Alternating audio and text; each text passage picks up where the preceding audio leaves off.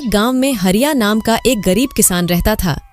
उसके परिवार में उसकी पत्नी और एक छोटी बेटी थी जिसका नाम था सुमन।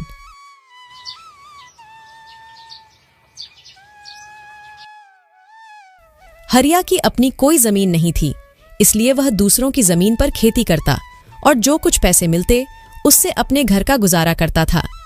पिछले कुछ दिनों से हरिया को गांव में कहीं भी काम नहीं मिल रहा था, जिससे वह बहुत परेशान था।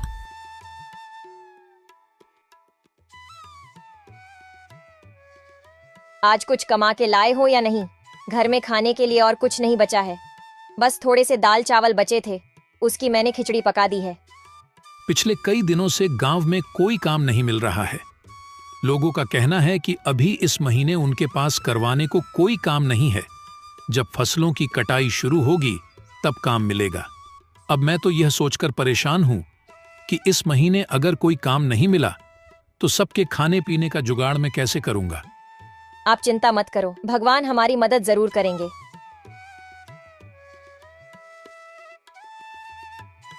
पापा, इस बार गांव में जो मेला लगेगा उसमें आप मुझे गुड़िया दिलाओगे ना? अगली बार तो आपने यह कहा था कि अभी मैं बहुत छोटी हूँ, अगले साल तक मैं बड़ी हो जाऊंगी। अब तो मैं बड़ी हो गई हूँ, तो अब तो मुझे गुड़िया दिलाओगे ना? हाँ बेटा, इस साल मैं तुम्हें जरूर गुड़िया दिलाऊंगा। अब चलिए खाना खा लीजिए, ठंडा हो रहा है।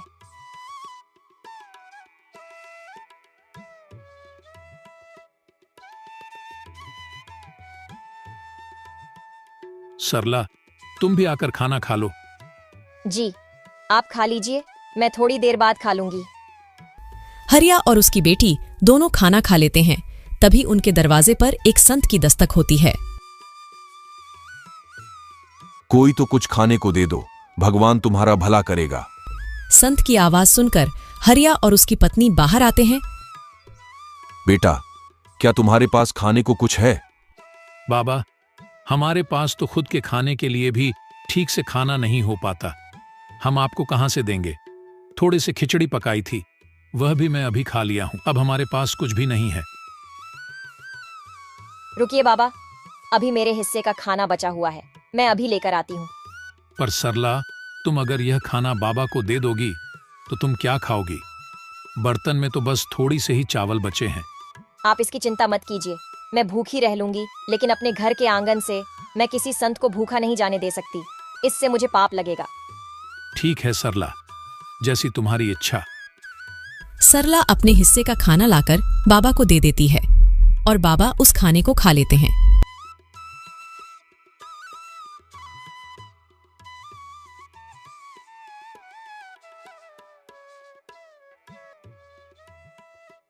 बेटा, तुमने मेरी भूख मिटाई है, मैं तुम्हारा बहुत आभारी हूं। एक भूखे व्यक्ति को खाना खिलाना सच में पुण्य का काम होता है, और यह पुण्य तुमने आज कमा लिया है बेटी। मेरे पास तुम्हें देने को कुछ नहीं है, लेकिन यह एक अंगूठी है, इसे अपने पास रखो, ये तुम्हारी बहुत मदद करेगी। पर याद रखना, रात के समय इसे मत पहनना, रात में इसकी शक्ति बढ़ जाती है जो तुम्हारी उंगली सहन नहीं कर पाएगी। धन्यवाद बाबा, हम आपकी आज्ञा का पालन करेंगे।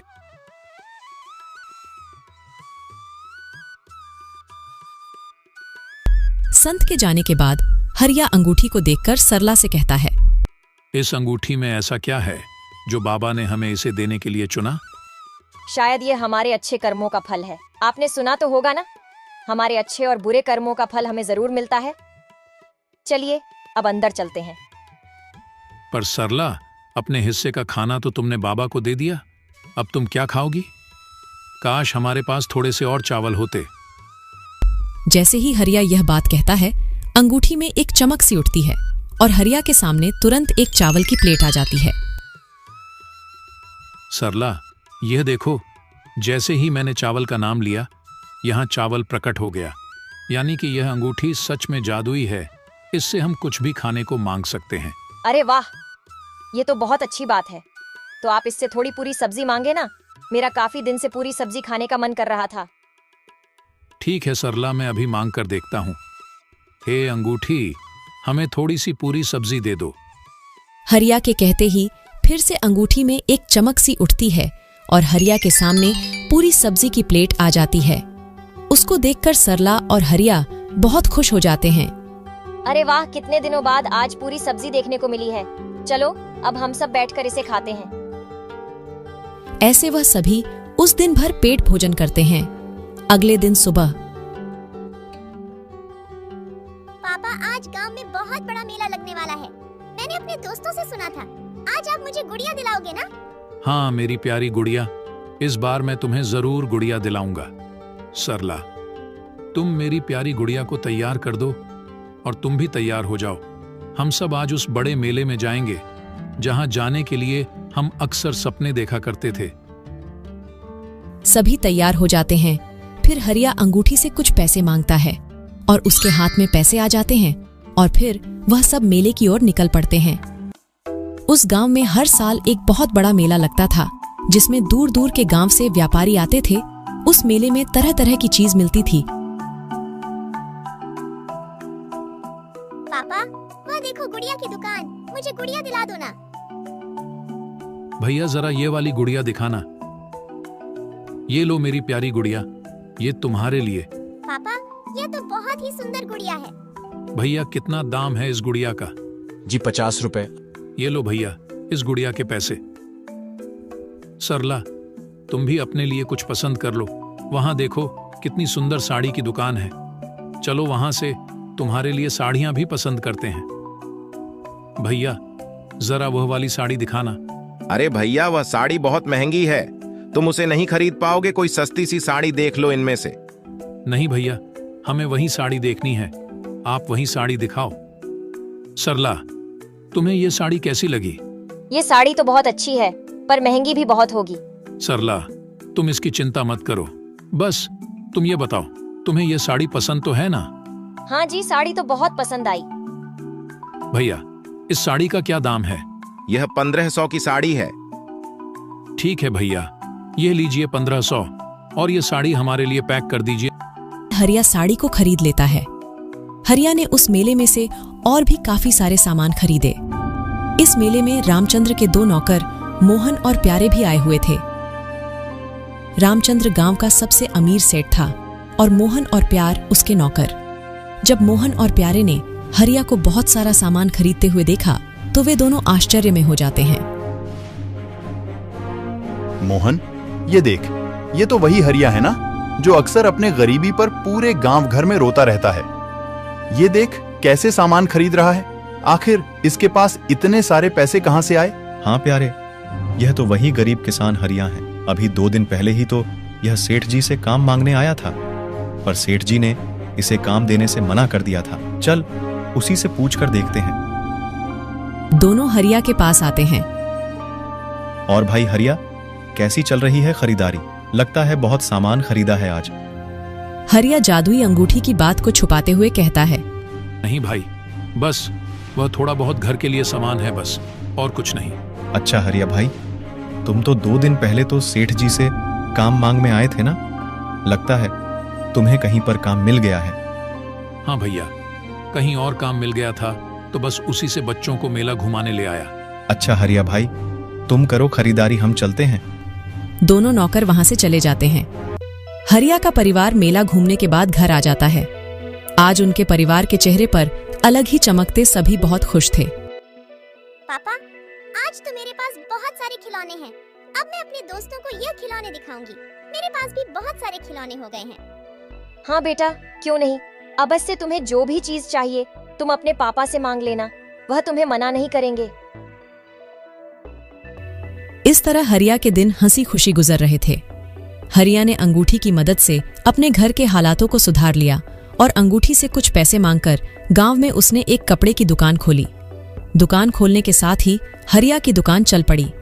उसकी दुकान पर तरह तरह के कपड़े थे, एक से बढ़कर एक। यह सब हरिया ने उस अंगूठी की मदद से हासिल किए थे।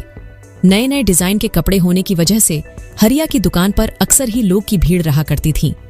अब यह बात धीरे धीरे पूरे गांव भर में फैल रही थी कि हरिया, जो कितना गरीब था, वह अचानक से अमीर हो गया है और उसने गांव में एक बहुत बड़ी कपड़े की दुकान खोली है। अरे भाई, मैंने सुना है कि हरिया ने गांव में कोई दुकान खोली है। हाँ भाई, मैंने भी सुना है हरिया ने बहुत बड़ी दुकान खोली है। अरे भाई, मैं तो उसकी दुकान को देखकर भी आया हूँ। हरिया ने वाकई में बहुत बड़ी दुकान खुली है और उसके पास नई नई प्रकार के कपड़े हैं। अच्छा, आखिर ये कैसे हुआ? हरिया के पास दुकान खोलने के लिए इतने पैसे आए कहां से? भाई इस बारे में तो मुझे नहीं पता, बस मुझे इतना ही पता है कि उसने गांव में एक बहुत बड़ी कपड़े की दुकान खोली है। हे भगवान, काश मेरे पास भी इतने पैसे होते तो मैं भी अपना कोई छोटा सा कारोबार खोल लेता। अरे भाई, पैसे नहीं है तो तुम अब हरिया से उधार ले लो। हरिया दिल का बहुत नेक इंसान है, वह तुम्हें जरूर उधार दे देगा। हाँ, तुम ठीक कहते हो। मैं हरिया से एक बार बात करके देखता हूँ। यार, कुछ पैसे तो मुझे भी चाहिए थे। मुझे भी अपना छोटा सा कारोबार शुरू करना है। क्यों ना हम कल हरिया से बात करके देखें? क्या पता हरिया ही हमारी कुछ मदद कर दे। वह लोग इतनी बातें कर ही रहे थे, तभी उन्होंने देखा कि हरिया वहीं से गुजर रहा था। रामू ने हरिया को आवाज लगाई। अरे हरिया भाई, कहाँ जा रहे हो? कहीं नहीं भाई, बस तुम्हारे पास ही आ रहा था। बहुत दिन हो गए थे तुमसे मिले, सोचा तुमसे भी मिलता आऊं। हरिया भाई, मैंने सुना है कि तुमने कपड़े की बहुत ही बड़ी दुकान खोली है। हाँ भाई, बस इसी बारे में मैं तुम्हें बताने आया था। मैंने एक कपड़े की दुकान खोली है और अब उस दुकान से मेरी अच्छी कमाई हो रही है। पर तुमने दुकान कैसे खोली? तुम्हारे पास इतने पैसे कहां से आए? देखो भाई, यह बात मैं तुम्हें इसलिए बता रहा हूं क्योंकि तुम मेरे दोस्त हो और मुझे तुम लोगों पर बहुत विश्वास है। कुछ दिन पहले मेरे घर पर एक साधु आए थे। हरिया उन सबको जादुई अंगूठी के बारे में सारी बात बता देता है। जादुई अंगूठी? सच में तुम्हारे पास जादुई अंगूठी है और तुमने उसी से वह दुकान खोली है? हाँ, मैंने उसी से वह दुकान खोली है और मैं यहां तुम्हारे पास इसलिए आया हूं कि तुम भी अगर अपना कोई कारोबार शुरू करना चाहते हो तो बेझिझक आकर तुम मुझसे पैसे ले सकते हो। मैं तुम्हें कारोबार खोलने के लिए पैसे दूंगा। अरे हरिया भाई, ये बात कहकर तो तुमने हमारा दिल ही जीत लिया। ठीक है हरिया भाई, हम किसी को नहीं बताएंगे। इस तरह हरिया ने गांव वालों की मदद की और सभी को कारोबार खोलने के लिए पैसे दिए। अब गांव के लोगों ने भी अपना अपना कारोबार खोला। अब यह बात धीरे धीरे गांव के अमीर सेठ रामचंद्र तक भी पहुंच जाती है। मोहन और प्यारे, यह मैं क्या सुन रहा हूँ? हमारे गांव में रहने वाले गरीब हरिया ने गांव में बहुत बड़ी कपड़े की दुकान खोल ली है। यह तो वही हरिया है ना जो कुछ दिन पहले मेरे पास काम मांगने आया था। तो फिर इसके पास अचानक से इतने सारे पैसे कहां से आए? हाँ सेठ जी, हम भी यही सोचकर हैरान हैं। थोड़े दिन पहले हमने उसे मेले में देखा था, बहुत सारे सामान खरीद रहा था, जैसे इसके पास अचानक से बहुत सारे पैसे आ गए हों। और अब सुनने में आ रहा है कि गांव में उसने एक नई दुकान खोली है। हाँ सेठ जी, मैंने तो देखा भी है। बहुत ही सुंदर दुकान है उसकी, एक से एक डिजाइन के कपड़े हैं उसकी दुकान में। मोहन, जरा पता तो कर, आखिर उस गरीब हरिया के पास इतने सारे पैसे कहां से आ रहे हैं? आखिर ऐसी कौन सी लॉटरी लगी है उसके हाथ में जो कुछ ही दिन में वह इतना माला माल हो गया है? रामचंद्र की कहे अनुसार उसके दोनों नौकर अब हरिया पर नजर रखने लगते हैं। हरिया कब जाता है, कब घर आता है, इन सब पर उन दोनों आदमियों की नजर थी। एक दिन जब हरिया रात के समय घर आता है, तब में दोनों आदमी चुपके से उसके घर के पास खड़े हो जाते हैं। वह देखते हैं कि रामू अपने हाथ में से अंगूठी निकाल रहा है और अपनी पत्नी से कह रहा है, सरला, अभी मैं इस अंगूठी को निकाल देता हूं। काफी रात हो गई है, सुबह इसे पहन लूंगा। वैसे भी अब हमारे पास भगवान का दिया सब कुछ है। अब इस अंगूठी से हमें और कुछ नहीं चाहिए। मुझे लगता है अब इस अंगूठी को हमें संभाल कर रख देना चाहिए, क्योंकि अब मेरा कारोबार भी काफी अच्छा चल रहा है। तो अभी हमें इस अंगूठी की जरूरत नहीं है। मैं सोच रहा हूं कि इस अंगूठी को मुझे किसी जरूरतमंद को दे देना चाहिए, जो मेरी ही तरह गरीब और ईमानदार हो, जो इस अंगूठी का सही इस्तेमाल करे। हाँ जी, आप बिल्कुल सही कह रहे हैं। ये अंगूठी हमें किसी ऐसे ही इंसान को देनी चाहिए। रामचंद्र के दोनों नौकर यह सारी बात रामचंद्र को बताते हैं। हाँ सेठ जी, उनके पास एक अंगूठी है। उसके बारे में वह लोग बातें कर रहे थे कि उस अंगूठी ने उनकी किस्मत बदल दी। अच्छा, तो ये बात है, लेकिन एक अंगूठी की वजह से ऐसा कैसे हो सकता है? क्या वह कोई जादुई अंगूठी है? क्या उस अंगूठी ने हरिया को पैसे दिए हैं? जाओ, इसका पता लगाओ। अगले दिन फिर वह दोनों आदमी चुपके से हरिया के घर आते हैं और हरिया और उसकी पत्नी की बातचीत को सुनते हैं। सुनिए, मुझे एक बहुत ही सुंदर गुलाबी रंग की साड़ी चाहिए। आप इस अंगूठी से मांग लीजिए ना। तुम्हारे पास इतनी सारी साड़ियां तो है, फिर तुम्हें गुलाबी रंग की साड़ी क्यों चाहिए? और दुकान में भी काफी सारी साड़ियां रखी है, जाकर दुकान में से पसंद कर लो। नहीं, मेरे पास एक भी गुलाबी रंग की साड़ी नहीं है और मुझे एक ऐसी साड़ी चाहिए जो अभी तक दुकान में भी नहीं है। आप इस अंगूठी से गुलाबी रंग की साड़ी मांग कर देखिए ना। हरिया अंगूठी से गुलाबी कलर की साड़ी मांगता है और गुलाबी कलर की साड़ी प्रकट हो जाती है। यह देखकर दोनों नौकर बहुत आश्चर्य में हो जाते हैं और यह बातें जाकर वह दोनों रामचंद्र सेठ को बताते हैं। अच्छा, तो उस हरिया ने अंगूठी के सामने साड़ी बोला और अंगूठी में साड़ी निकल आई। अब तो पक्का हो गया है, वह कोई जादुई अंगूठी है। तुमने कहा था कि रात के समय वह हरिया अंगूठी को अपने उंगली में से निकाल देता है। हाँ सेठ जी, वह अंगूठी को निकालकर अपने टेबल पर रख देता है। तो ठीक है, उस अंगूठी को हासिल करने का सबसे सही वक्त रात का है। मैं रात को ही उस हरिया के घर जाऊंगा। ऐसा सोचकर रामचंद्र रात के समय चुपके से हरिया के घर पहुंच जाता है। रात के समय वह अंगूठी का तेज बहुत ज्यादा था, वह अलग ही चमक रही थी। अरे वाह, इस अंगूठी की चमक तो देखो, कितनी जगमगा रही है।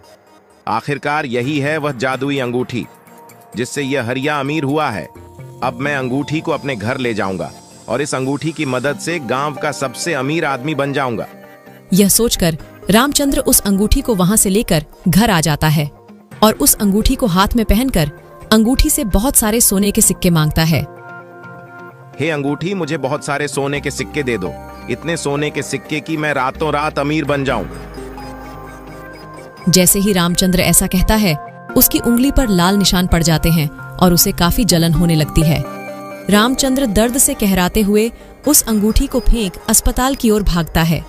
रामचंद्र अस्पताल पहुंचता है और डॉक्टर को अपना हाथ दिखता है। यह कैसे हुआ? इतनी ज्यादा चोट तुम्हें कैसे आई? तुम्हारा हाथ तो पूरी तरह से घायल है। मैं अभी इसकी पट्टी कर देता हूं। डॉक्टर रामचंद्र के हाथों की पट्टी कर देता है और उससे कहता है, देखो, मैंने तुम्हारी पट्टी तो कर दी है, पर तुम्हारे हाथों के जख्म बहुत गहरे हैं। इसे ठीक होने में कम से कम 2 महीने का समय लग जाएगा और 2 महीने तक तुम्हें अपने हाथों का ध्यान रखना होगा। यह सुनकर रामचंद्र बहुत दुखी होता है। यह सब उस अंगूठी के वजह से हुआ है। ना मैं उस अंगूठी को चुराता और ना ही मेरे हाथ का यह हाल होता। इतनी जलन हो रही है मेरे हाथ में, क्या बताऊं। अगर मैं ज्यादा पैसे का लालच ना करके उस अंगूठी को ना लिया होता तो आज मेरे हाथों की ऐसी हालत नहीं होती। रामचंद्र उस अंगूठी को हरिया को वापस करने जाता है। यह लो हरिया अपनी अंगूठी।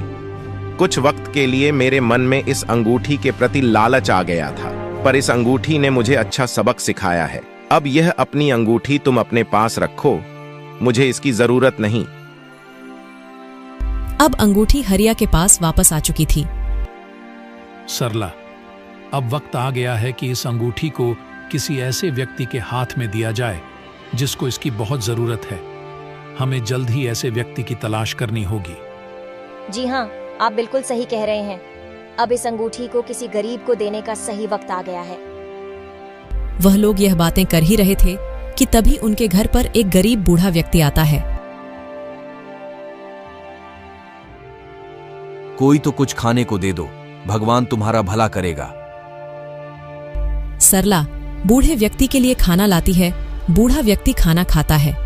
खाना खाने के बाद हरिया उस बूढ़े व्यक्ति को वह जादुई अंगूठी दे देता है और उस जादुई अंगूठी की सारी शक्तियों के बारे में भी बता देता है। बूढ़ा आदमी बहुत खुश होकर वहां से चला जाता है। थोड़ी दूर जाकर वह बूढ़ा आदमी वापस अपने संत के रूप में आ जाता है। वह बूढ़ा आदमी और कोई नहीं बल्कि वही संत था जिसने हरिया को वह जादुई अंगूठी दी थी और वह अब अपनी अंगूठी वापस लेने आया था। हरिया का जीवन अब सुधर चुका था। हरिया ने उस अंगूठी की मदद से अपने जीवन को ही नहीं सुधरा बल्कि गांव के लोगों के जीवन को भी बेहतर बनाया।